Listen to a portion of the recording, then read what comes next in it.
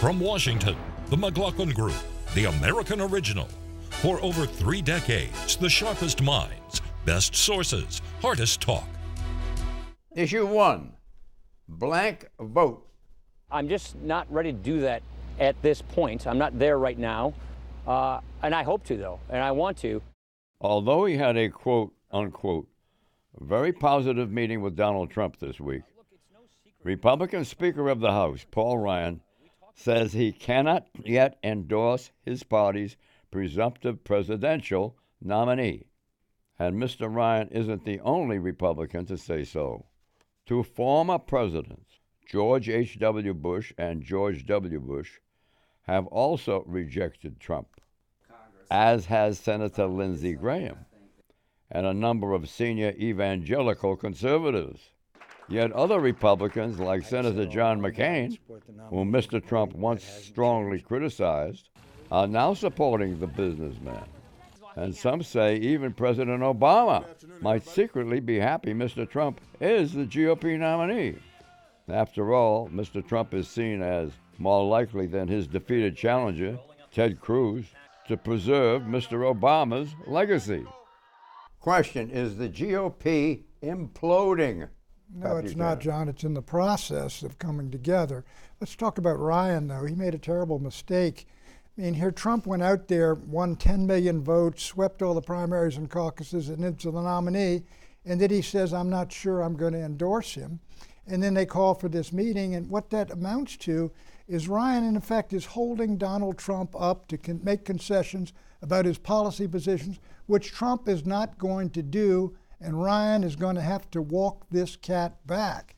And so I think, Ryan in the meeting this week, I think, looked almost pathetic coming out, and he's going to have to move back.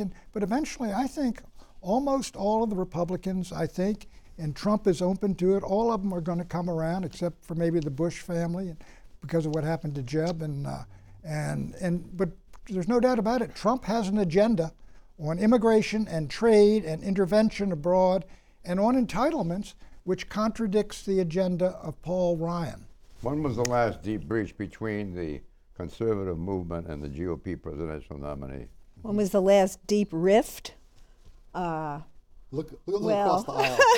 Across the aisle. That's true. That's true. When Pat Buchanan won the New Hampshire primary, I guess there was a lot of nervousness about that. McCain had it a bit, didn't he? I think that what Paul Ryan is doing is trying to preserve some leverage over Donald Trump, and he's also trying to protect his caucus. There are a lot of people running who are not going to be comfortable supporting Trump and who are going to have to maintain distance. And so they're all saying, we'll support the nominee of the party. They won't mention his name. And the Democrats are going to keep reminding every Republican that if you are on the ticket with Donald Trump, that you support all of the odious things he has said, that you can't just skitter away.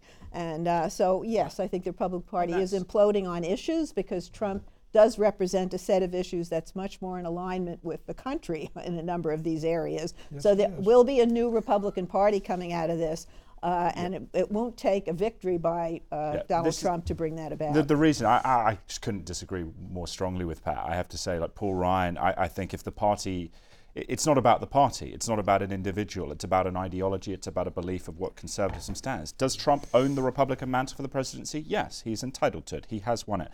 But it does not require other conservatives to bend in fealty for him, certainly the Speaker of the House, leader of the legislature. And if you think about the policy disagreements, that's one issue, but Trump's the nominee. You can have those discussions behind the scenes. I think the real issue that Ryan is concerned about is the notion of Republican politics, the notion of the party of Lincoln, and when you are slamming people who are mentally disabled or are Muslims, are playing this part, women, that at some point it is so repugnant and so abhorrent to those values that I think conservatives should stand for. You have to say it, and you have to say to Trump, back off on that and apologize for it, or bye-bye. Yeah, well, that's the WrestleMania aspect of Trump's personality, which you are absolutely right. National Review was correct to cut off any support for him. Others are correct to criticize him for that. But one thing that Trump has done, and I'm definitely not a Trump supporter, but he has brought up these issues of that working class Republicans Republicans care about that have not gotten much attention before, like you were saying, on trade, immigration, these other issues that have affected dislocated workers in America, and both parties have failed to pay enough attention to these issues. You know how arrogant it sounds, though, when you say Trump is going to have to apologize to a congressman up on Capitol Hill who has been offended. Because he's representing conservatives across the country. Look, Trump won a minority of Republicans. Trump won the nomination. He's won the largest number ever.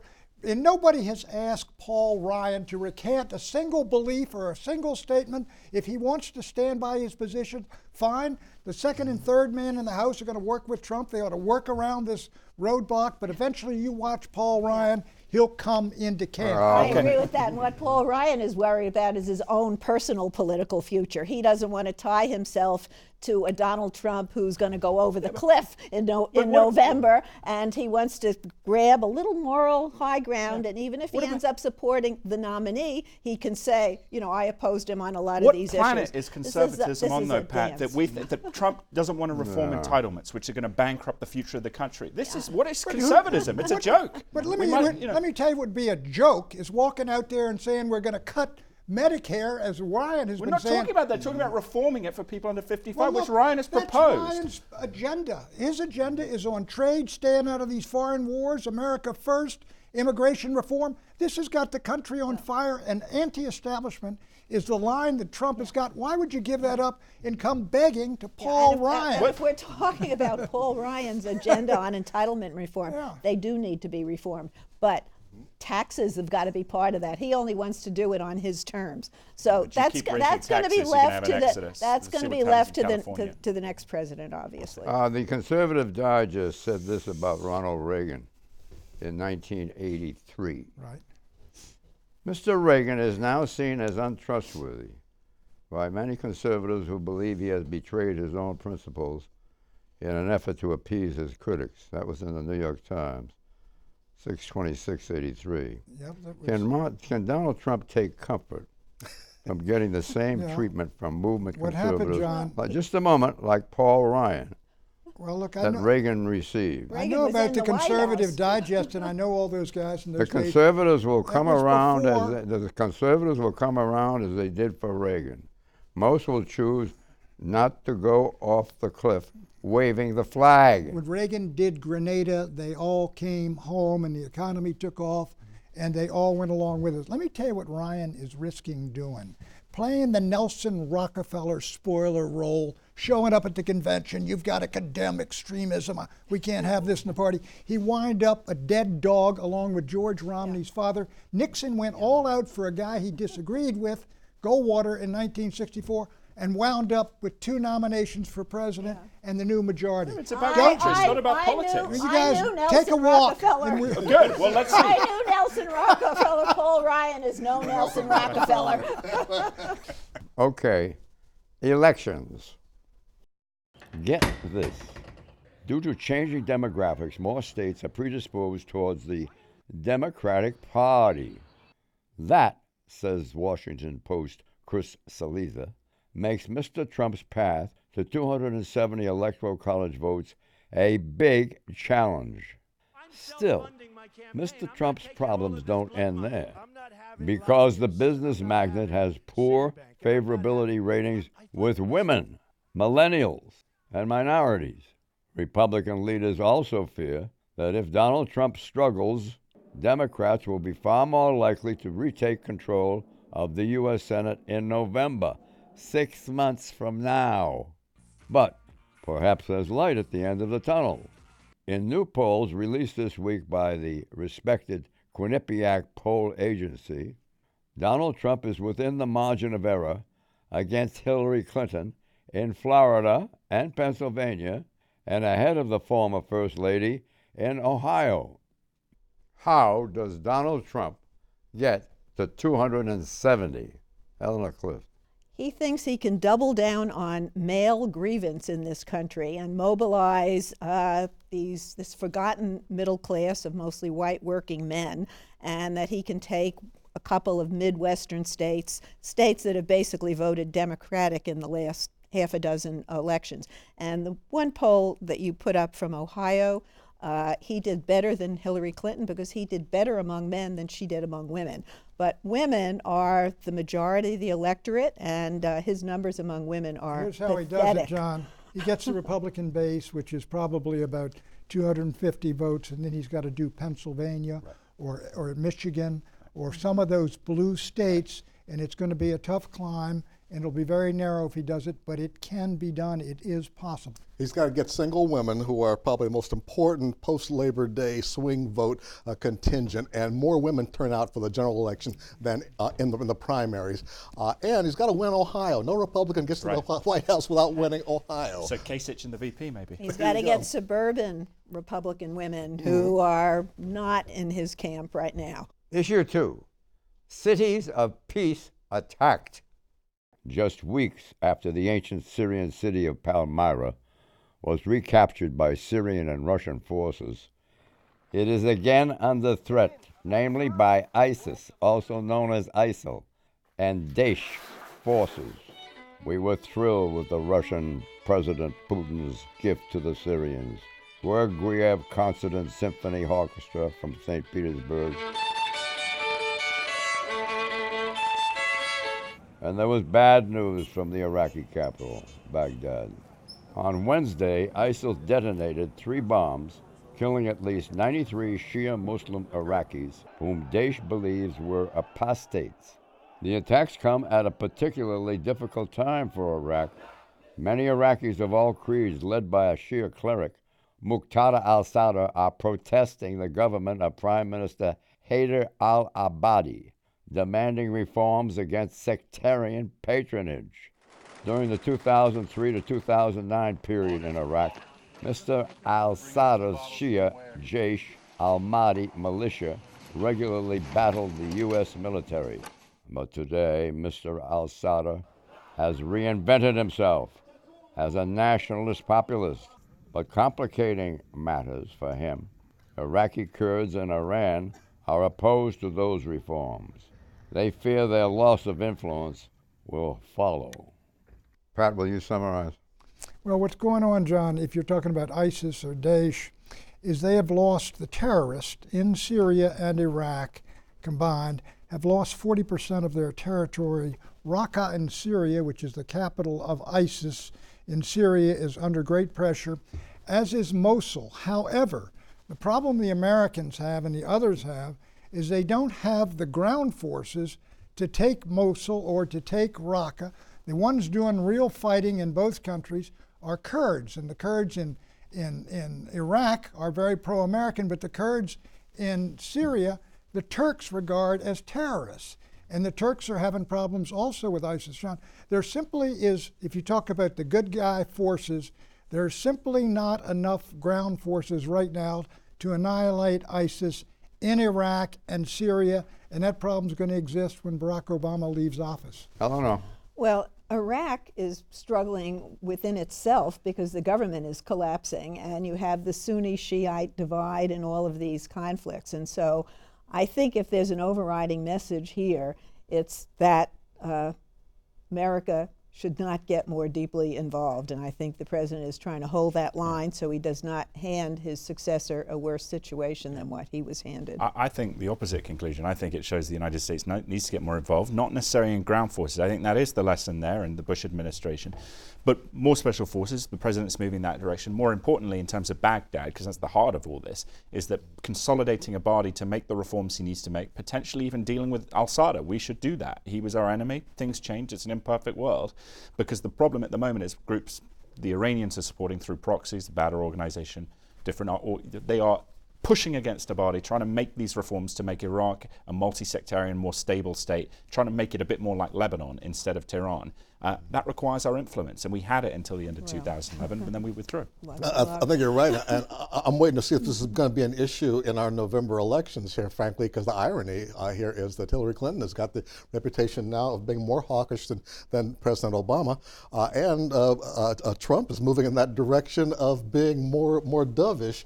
At least he won't commit to anything, which is probably just as well as he changes his mind. Yeah, except he's saying he would dispatch with ISIS real quick. Right. Just like that. How he's going to do it, we don't know. But you know, Obama has been gradually building up American forces in Iraq. I think we're up to 4,000 or 5,000 there. He put 250 into Syria.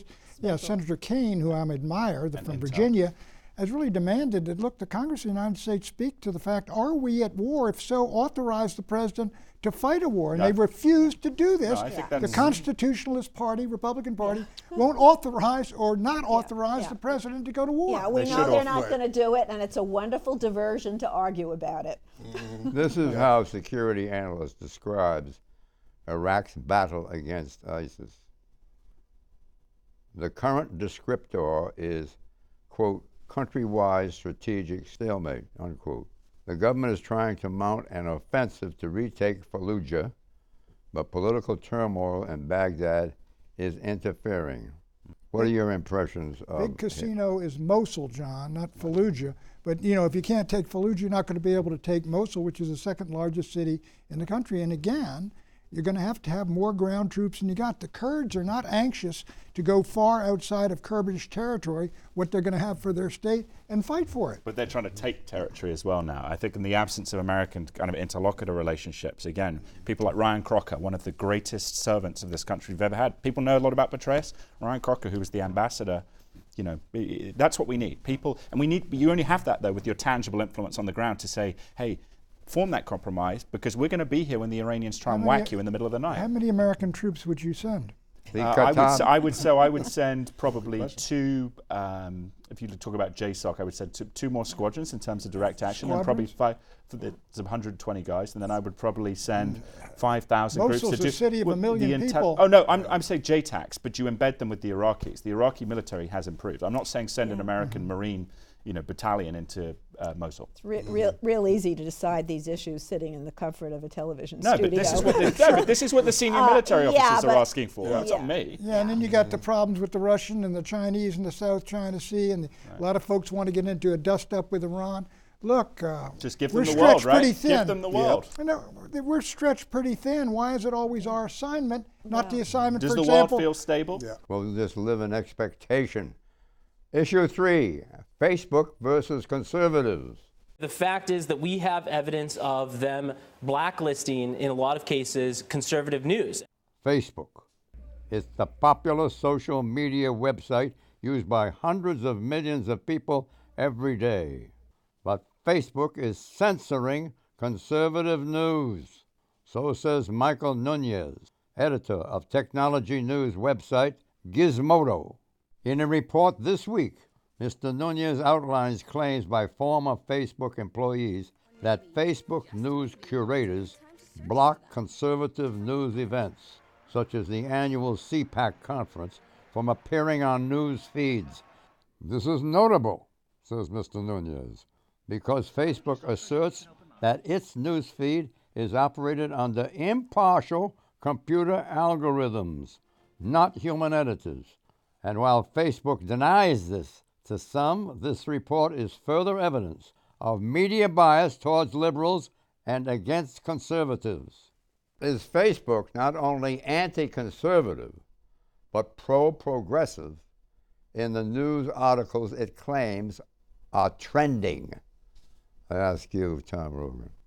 Yes, but I mean, the media is manifestly biased towards liberalism inherently. I mean, most journalists, Jake Tapper, I think, who was actually one of the finest, he used to work, I think, for Salon. He is probably liberal, but I think he's an exceptional journalist, was at where they had a museum event, and a lot, the essential consensus from a lot of the journalists was like, yeah, White House correspondents, they had a poll there, a quiet, silent poll.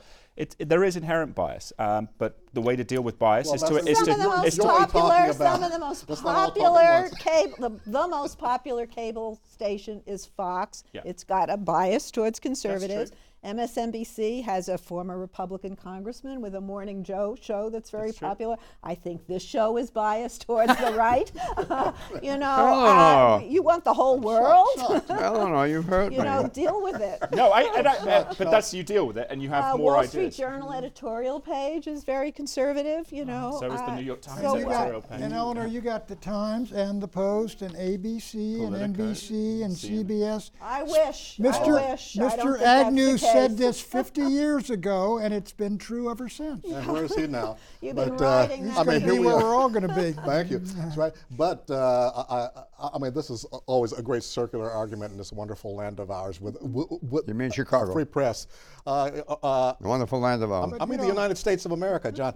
The thing is, a professional journalist should not reveal his or her biases. That's what it boils down to. Everybody's going to suspect White House it. Correspondents' Dinner, do you think that would tend to be a more liberal dinner or a more right-wing dinner?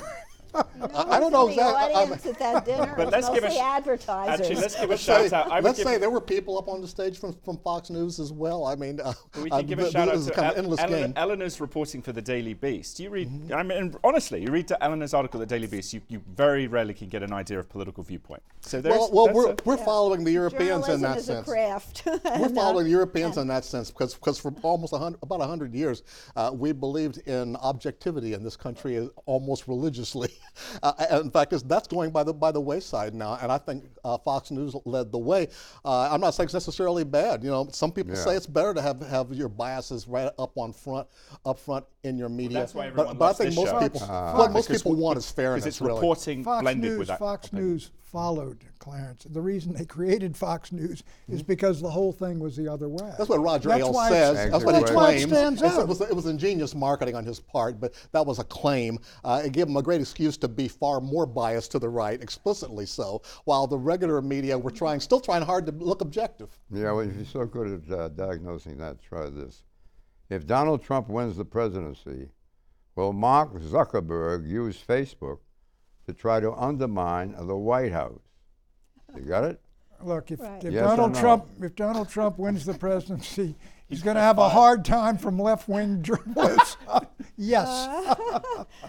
No, Mark Zuckerberg has a very popular site. It's not based on political bias one way or the other. No, most people on Facebook are more interested to see what their friends are doing that evening. Yeah. Yeah, it's like the old story about the most important part of the car is the nut behind the wheel. You know, it's the people who are putting data or information onto Facebook that have the biases, and that's the way it's supposed to be. I think the question is self-answering.